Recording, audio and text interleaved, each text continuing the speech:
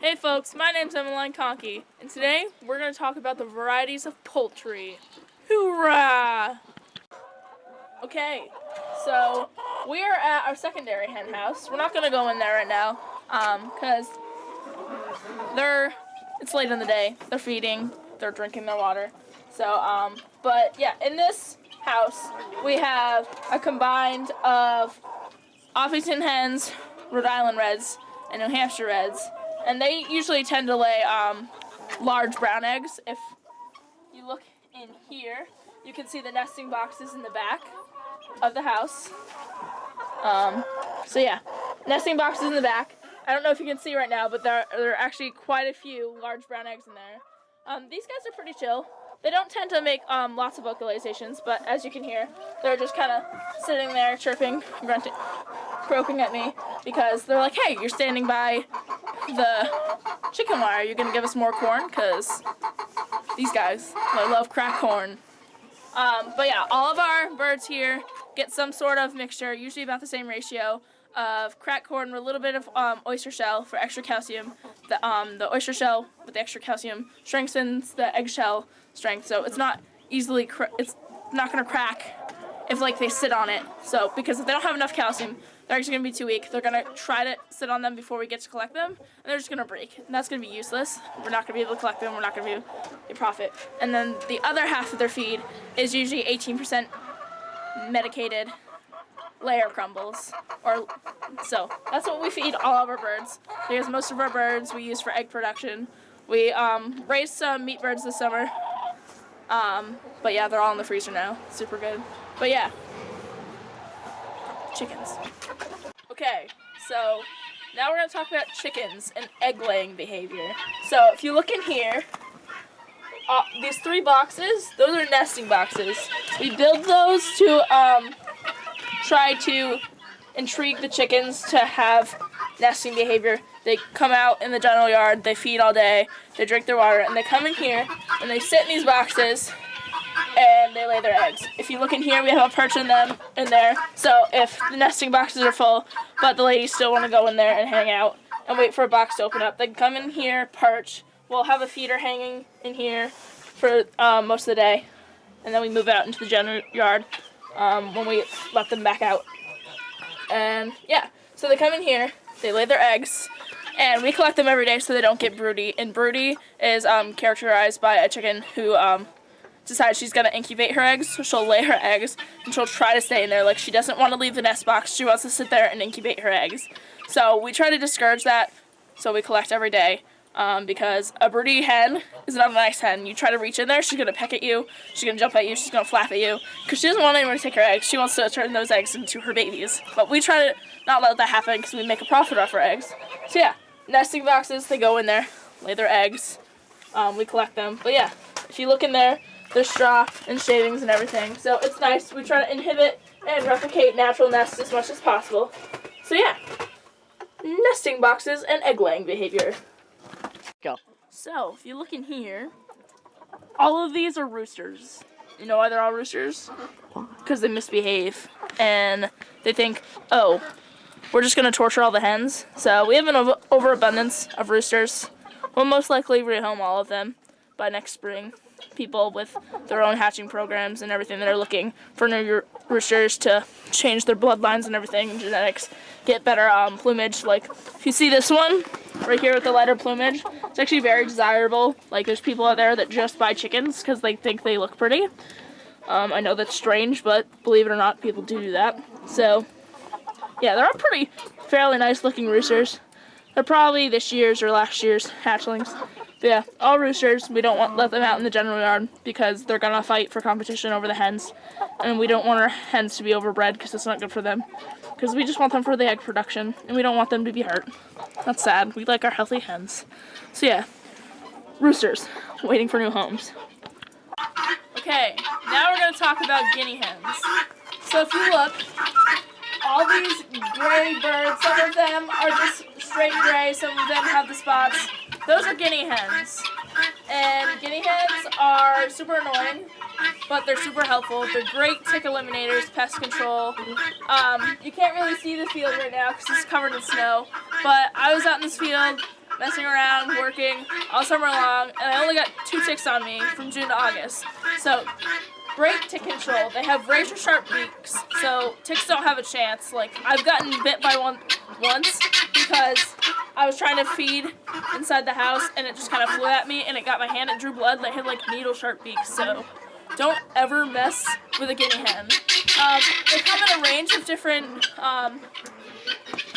feather plumage colors. The darker gray with the white spots, those are French pearl.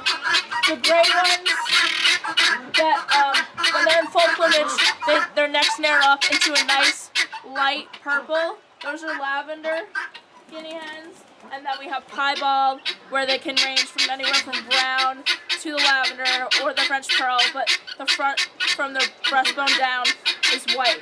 So they're super cool. All these loud noises that you're hearing, all the loud squawking, that's all guinea hens. They're great alarm squawkers. If anything were to get into this pen to try to get at any of the birds, these guys are going to be the first guys to hear. They're like, even right now, because I haven't been out here in a few hours, they're like, hey, there's someone standing in the pen. So they're alarm squawking because they're like, what the hell's going on? But yeah, guinea hens.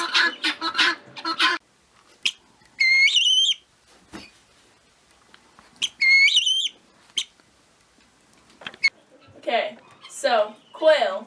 We're going to talk about Cotunix quail. These are all just general Cotunix quail. The slightly darker ones are referred to as chocolate Cotunix, and then these ones are range from mocha to just the regular brown ones. The mocha are the slightly lighter ones. They have more of the blonde undertones, and then the general ones are lighter on the bottom and darker brown on the top with the little blonde undertones. So yeah, Cotunix quail. These guys are super small, super fragile. They're really susceptible to disease and everything like that. So we don't let them out in the general yard because they're so tiny, and we don't want them to get run over or get any sickness or bacteria that the larger birds could be carrying because they get sick super easy. The males, when they want to communicate that, hey, I'm ready to breed, I want some girlfriends, it's a really deep bellow. It goes up into like a really high-pitched like trill. It's super funny to listen to. Like, I've recorded it tons of times, so I'm going to add a vocalization example later on in this video because they're not really loud right now because it's cold, so they're like, we're just going to huddle together. We're not going to breed or anything because it's cold, so we're going to eat our food. But yeah, Cotunix quail, and these are Cotunix quail eggs. They're super tiny, like really tiny, like 4 to 6 of these would make up the size of a normal chicken egg. They're super sweet. They're slightly thicker in consistency than the inside of a chicken egg. Super good for you, full of antioxidants and protein, but like I said, they're super small. So 4 to 6 quail to chicken egg ratio. But yeah, Cotunix quail.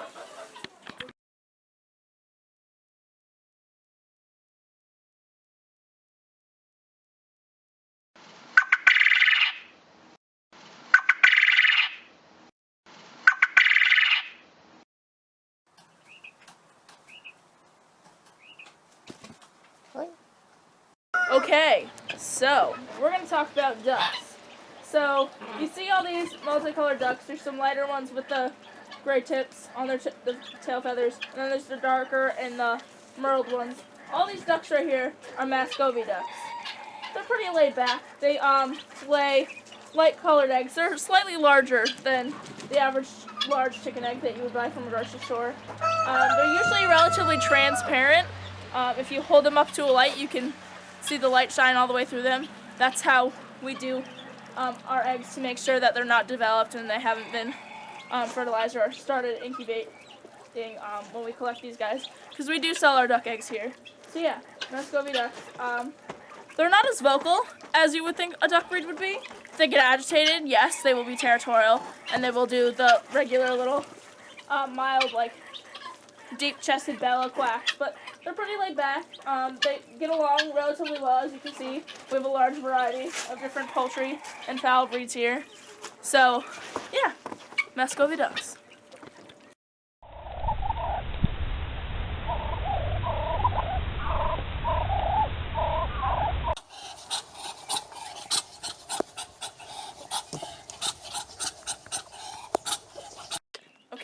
So, more ducks. If you look over here, all these white ducks, that's generally what people think of when they hear the word duck. You might think of the Aflac commercials. Well, the Aflac duck and all of these ducks are Peking ducks. They're almost always white with the distinctly super orange webbed feet. Most ducks don't actually have orange feet. They usually tend to match almost their plumage colors, but Pekings are super distinctive, just all white, super orange feet, super orange bills. The males have more of a deep chuff. They don't actually make the quacking noise, and most people don't know that. Most people just think, oh, well, it's a duck, so all ducks quack.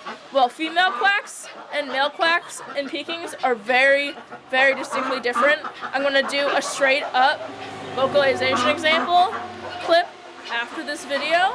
So, yeah, Peking ducks.